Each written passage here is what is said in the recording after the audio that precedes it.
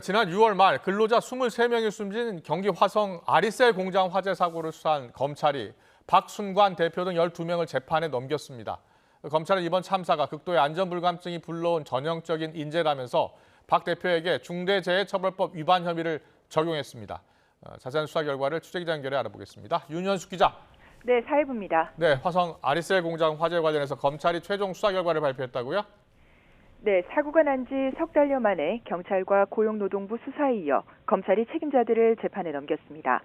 수원지방검찰청은 오늘 박순관 대표와 박 대표의 아들인 박중원 총괄본부장을 구속 기소했다고 밝혔습니다.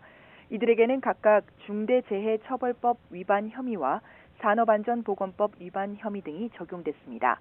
중대재해처벌법으로 기업 대표가 구속 기소된 것은 이번이 두 번째입니다. 또 사고에 책임이 있는 회사 상무 등 관계자 6명 등도 불구속 기소됐는데 검찰은 이번 참사가 극도의 안전불감증이 불러온 예고된 인재였다고 설명했습니다. 사고 이틀 전 이미 같은 공장에서 화재가 났고 좁은 대피로 문제 등이 반복적으로 지적되는 등 여러 사고 징후가 있었지만 위험을 그대로 방치해 대형 참사가 빚어졌다는 겁니다.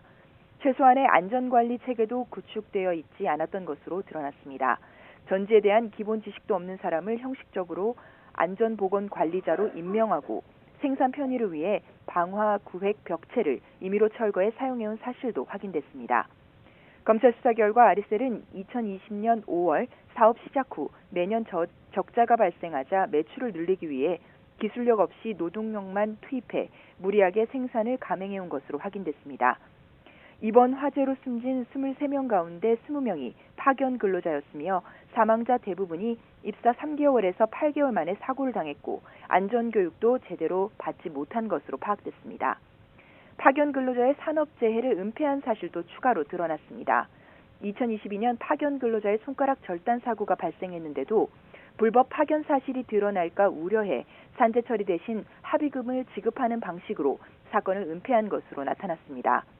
앞서 지난 6월 24일 오전 10시 반쯤 경기 화성시 아리셀 공장 2층에서 불이 나 23명이 숨지고 8명이 다쳐 모두 31명의 사상자가 발생했습니다. 지금까지 사회부에서 YTN 윤현숙입니다.